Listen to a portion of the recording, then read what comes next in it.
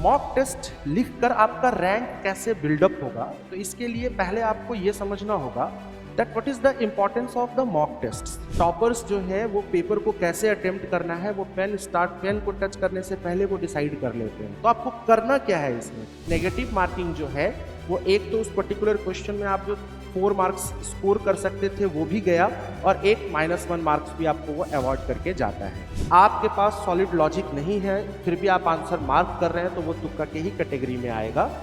Toppers किस बात का ध्यान रखते हैं, सिलेक्शन इस बात से होता है कि आपने पढ़ा कितना है, आपको सिलेबस कितना आता है, लेकिन रैंक जो है वो स्ट्रैटेजी से बनता है। हेलो बच्चों, कैसे हैं आप लोग? I do hope that you are in sound health and you are taking proper care of yourself. I Gaurav Kumar from Physics Wallah Patna Vidyapeeth welcome you all to this session. आज का हमारा जो ये सेशन है ये फोकस्ड है, जो आप मॉक टेस्ट लिखते हैं उसकी क्या इंपॉर्टेंस है और आप किस तरह से पेपर को अटेम्प्ट करेंगे to be among the toppers. Toppers का क्या माइंडसेट होता है पेपर को अटेम्प्ट करते वक्त, वो आपको आज के इस छोटे से सेशन में सीखने को मिलेगा। तो मेरा ये एडवाइस है आपको कि आप इस सेशन को बहुत सीरियसली सुनिए, एंड आई एश्योर यू कि इसके बाद पेपर को कैसे अटेम्प्ट करना है उसकी स्ट्रैटेजी आपको पता चलेगी। तो कुछ पॉइंटर्स है हमारे पास, एक एक करके हम इन सभी को डिस्कस करेंगे। जो सबसे पहला पॉइंट हमें डिस्कस करना है बच्चों वो ये है that why mock test decide your rank. Mock test लिखकर आपका रैंक कैसे बिल्डअप होगा, तो इसके लिए पहले आपको यह समझना होगा that what is the importance of the mock test. जो आप जहां भी आप पढ़ते हैं, आप तैयारी करते हैं, तो मॉक टेस्ट जो वहां पर होते हैं उसका इंपॉर्टेंस क्या है। तो सबसे पहले बच्चों आपको यह समझना है that mock test are not just for mere practice.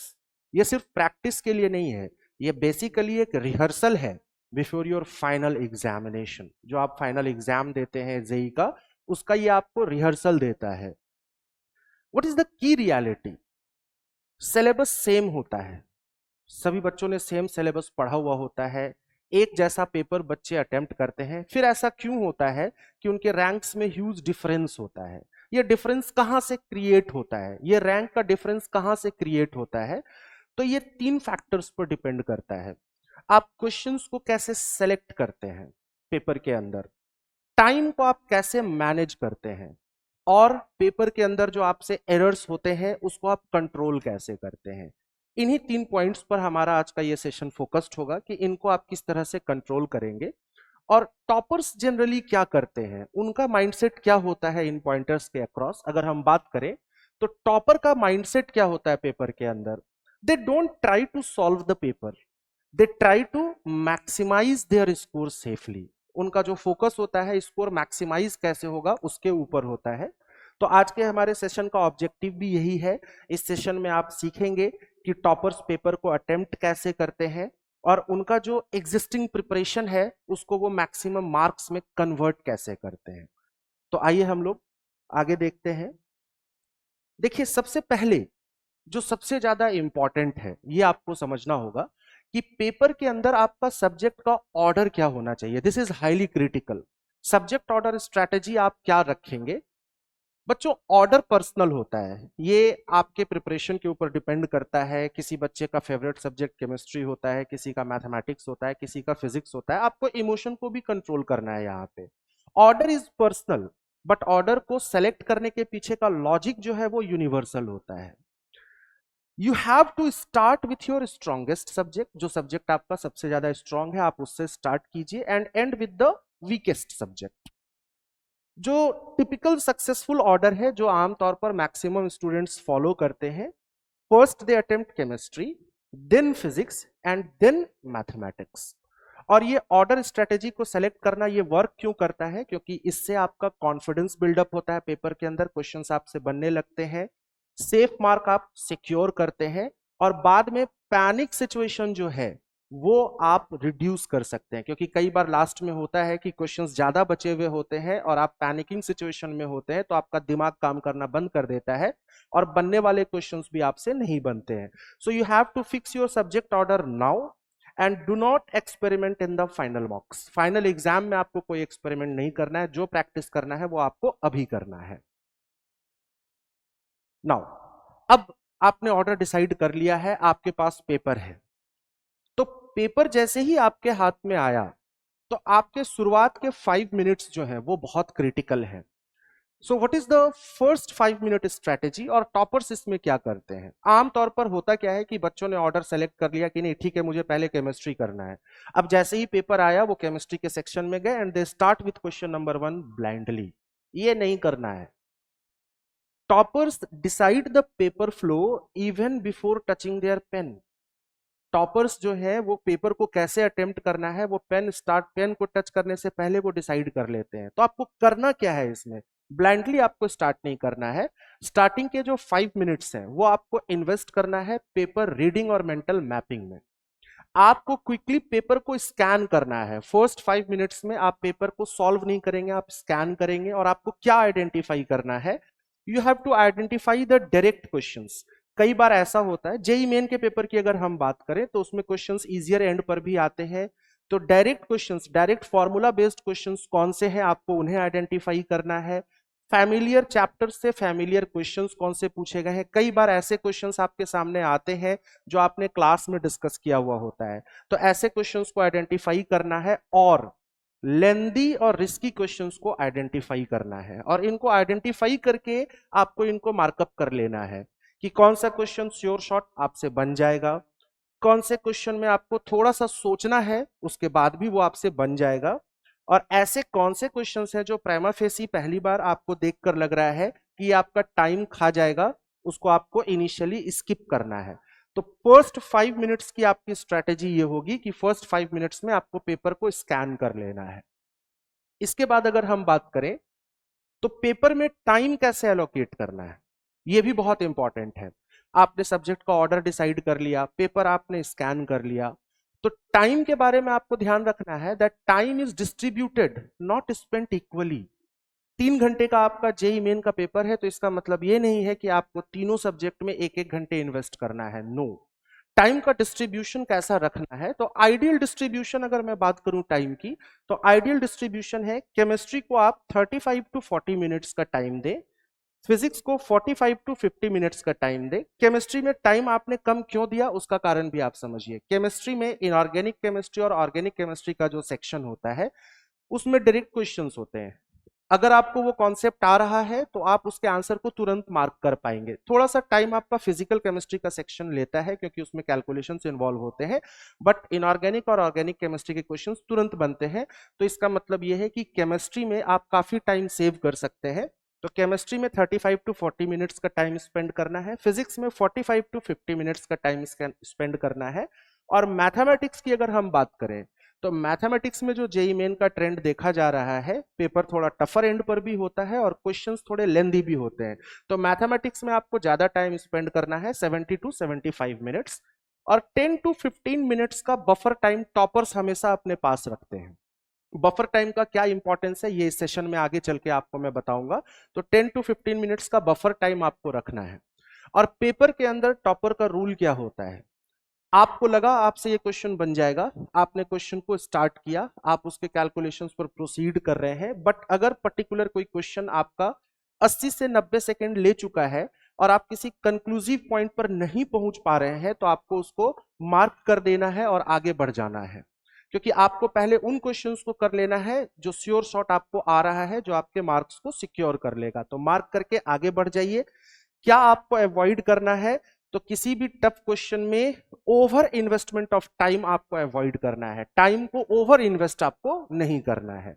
तो सबसे पहले आप टाइम एलोकेट कर लेंगे पेपर के अंदर आपको कितने टाइम में किस सेक्शन को सॉल्व करना है।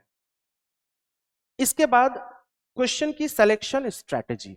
अगर आपको टॉप परफॉर्मर्स में होना है, अगर आपको अमॉन्ग द टॉपर्स होना है, तो टॉपर्स का मोटिव ये कभी नहीं होता है कि सारे 75 क्वेश्चंस मुझे बना लेने हैं। ठीक है, पेपर अगर इजियर एंड पर होगा तो वो सारे क्वेश्चंस बनाएंगे, बट उनके माइंड में एक नंबर फिक्स्ड होता है।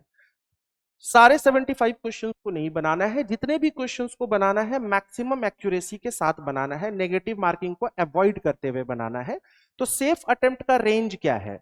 तो फिजिक्स में 18 से 22 क्वेश्चंस, 18 से 22 क्वेश्चन फिजिक्स में, केमिस्ट्री में 20 से 24, और मैथमेटिक्स में 15 to 18 क्वेश्चंस जो है ये सेफ अटेम्प्ट रेंज है। इतने क्वेश्चंस अगर आपने सही कर दिए तो आप टॉपर्स के बीच में होंगे, you will be among the toppers.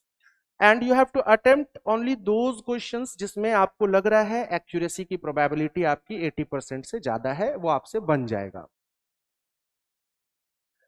Now accuracy protection system, आपको पता है कि आप जिस पेपर को अटेम्प्ट कर रहे हैं उसमें नेगेटिव मार्किंग होता है, तो नेगेटिव मार्किंग आपको अवॉइड करना है, क्योंकि नेगेटिव मार्किंग जो है वो एक तो उस पर्टिकुलर क्वेश्चन में आप जो 4 मार्क्स स्कोर कर सकते थे वो भी गया, और एक -1 मार्क्स भी आपको वो अवॉइड करके जाता है। तो नेगेटिव मार्किंग को आपको कैसे अवॉइड करना है, इसमें टॉपर्स किन बातों का ध्यान रखते हैं। रीचेकिंग बहुत इंपॉर्टेंट है। सबसे पहले जब आपके पास क्वेश्चन आ रहा है आप उसमें यूनिट्स का ध्यान रखें। कई बार क्या होता है कि जैसे मान लीजिए इंटीजर आंसर क्वेश्चन है, आपसे मान लीजिए वेलोसिटी की वैल्यू पूछी गई है और आपका आंसर भी इंटीजर आ रहा है 3 मीटर पर सेकेंड, लेकिन आप ये नहीं आइडेंटिफाई कर पाए, नहीं देख पाए कि उसमें लास्ट लाइन में लिखा हुआ था कि आंसर आपको मीटर पर सेकेंड में नहीं सेंटीमीटर पर सेकेंड में करना था, तो 3 का 300 हो जाएगा। तो वहां पर आपको इस बात का ध्यान रखना है। इसके अलावा साइंस का आपको ध्यान रखना है, कैलकुलेशन में प्लस माइनस का ध्यान रखना है, 10 के पावर्स जो होते हैं उसको जब आप कैंसलेशन में ले जाते हैं उसका आपको ध्यान रखना है, और न्यूमेरिकल क्वेश्चंस में आपको गेस वर्क नहीं करना है। रेड फ्लैग्स क्या है एक्यूरेसी प्रोटेक्शन सिस्टम में, नेगेटिव मार्किंग को अवॉइड करने में रेड फ्लैग्स क्या है? अगर ये रेड फ्लैग्स आपको दिख रहे हैं इसको इमीडिएटली स्किप करना है। लेंदी एल्जेब्राइक कैलकुलेशन अगर मैथमेटिक्स के पेपर में इन्वॉल्व हो रहा है that is a red flag, क्योंकि उसमें मिस्टेक होने के चांसेस ज्यादा हैं, क्योंकि आप प्रेशर सिचुएशन में पेपर को अटेम्प्ट कर रहे होते हैं। Multi step calculations under pressure situation, this is a red flag. And questions causing confusion, ऐसे क्वेश्चंस जिसमें आप कंफ्यूज हो रहे हैं कि कौन सा कॉन्सेप्ट अप्लाई होगा, that is a red flag, वो आपको नेगेटिव मार्क दे सकता है। ऐसे क्वेश्चंस को आपको मार्क करके आगे प्रोसीड करना है। आपको टाइम बचाना है, पहले आपको एक्यूरेसी पर ध्यान देना है, सारे क्वेश्चंस को सही करना है, फिर आप वापस आएंगे। अब हम आते हैं सेकेंड राउंड की स्ट्रेटेजी पर। आपने एक बार पेपर स्कैन कर लिया, पेपर आपने पूरा बना लिया, जो क्वेश्चंस आपसे बन रहे थे वो आपने कर लिया है, तो एक सेफ जोन में आप आ चुके हैं। अब सेकेंड राउंड में आपको मार्क क्वेश्चंस पर आना है, और यहां पर ये आपके लिए तभी काम करेगा जब आपके पास टाइम हो और आपका माइंड स्टेबल हो। तो टाइम के लिए ही हम लोगों ने सीक्वेंस को डिसाइड किया था, हर पर्टिकुलर सब्जेक्ट को कितना टाइम देना है वो डिसाइड किया था। और माइंड स्टेबल तब होगा जब इजी क्वेश्चंस जो है वो आपके पास ऑलरेडी आपके बैग में आ चुके हैं, तो आप एक सेफ जोन में आ गए हैं, आपको लग रहा है अब आप सेलेक्ट हो जाएंगे, तो आपका माइंड ऑलरेडी स्टेबल होगा। तो ये टॉपर्स करते हैं, क्योंकि कई बच्चों का साथ ये भी होता है कि उन्होंने सीधे सीधे स्टार्ट कर दिया, अब टाइम कम है, क्वेश्चंस ज्यादा बचे हुए हैं, तो दिमाग चलना बंद हो जाता है, माइंड का ब्लॉकेज हो जाता है। तो अब आप पेपर को रिविजिट करेंगे, और क्या रिविजिट करना है आपको? ऐसे क्वेश्चंस को रिविजिट करना है जिसमें आपको पार्शियल क्लैरिटी है कि ये क्वेश्चंस मेरे से बन जाएगा, थोड़ा सा टाइम इन्वेस्ट करूंगा तो मेरे से ये बन जाएगा। और इमोशनली अटैच्ड क्वेश्चंस जो है उसको आपको अवॉइड करना है। आपको लगता है कि आपने रोटेशनल मोशन अच्छा पढ़ा है, रोटेशनल मोशन में आपने सफिशिएंट क्वेश्चंस बना रखे हैं, रोटेशनल मोशन का क्वेश्चन जो है वो मेरे से बन जाएगा। अब रोटेशनल मोशन से जो क्वेश्चन पेपर के अंदर पूछा गया है हो सकता है वो ट्विस्टेड हो, तो वो आपके लिए टफर एंड पर चला गया, तो इमोशन में नहीं आना है। हो सकता है कोई पर्टिकुलर टॉपिक है, हीट एंड थर्मोडायनेमिक्स है, आपका वो बहुत अच्छा प्रिपेयर्ड नहीं था, लेकिन उससे आसान क्वेश्चन आ गया है, तो वो आपके लिए इजी क्वेश्चन में मार्किंग में जाएगा। अवॉइड आपको क्या करना है नेगेटिव मार्किंग के लिए? तुक्का स्ट्रेटेजी आपको अवॉइड करना है, तुक्का नहीं लगाना है आपको। Marking answers without solid logic, आपके पास सॉलिड लॉजिक नहीं है फिर भी आप आंसर मार्क कर रहे हैं तो वो तुक्का के ही कैटेगरी में आएगा। टॉपर्स किस बात का ध्यान रखते हैं?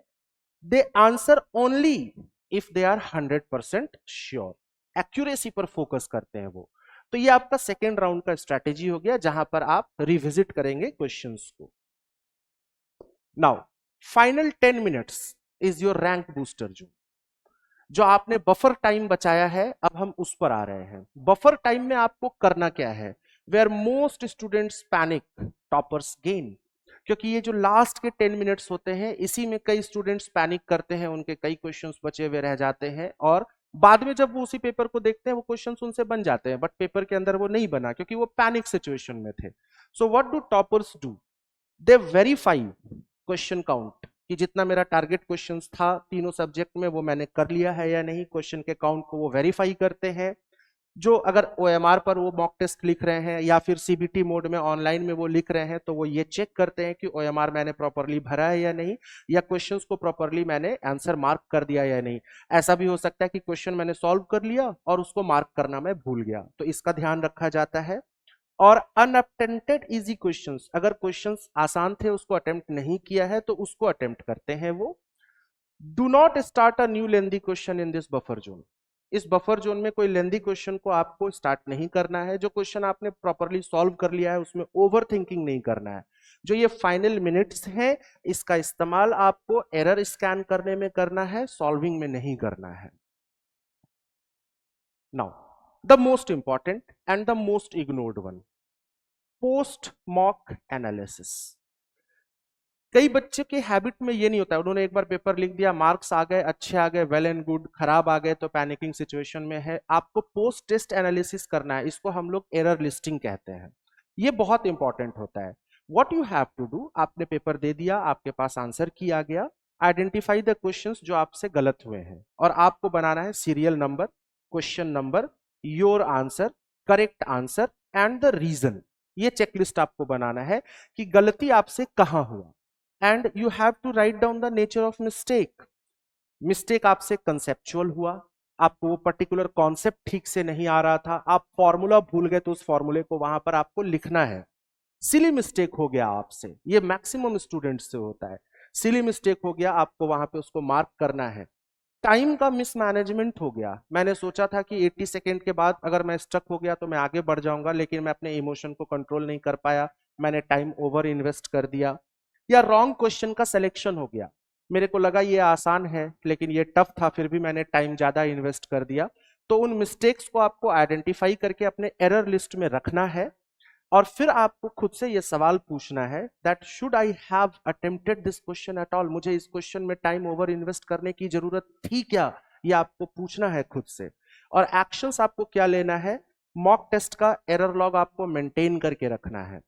और जब आप अगला टेस्ट देने जाएंगे तो आपको इस एरर लिस्ट को देख कर जाना है कि मुझसे किस तरह के मिस्टेक्स हो रहे हैं।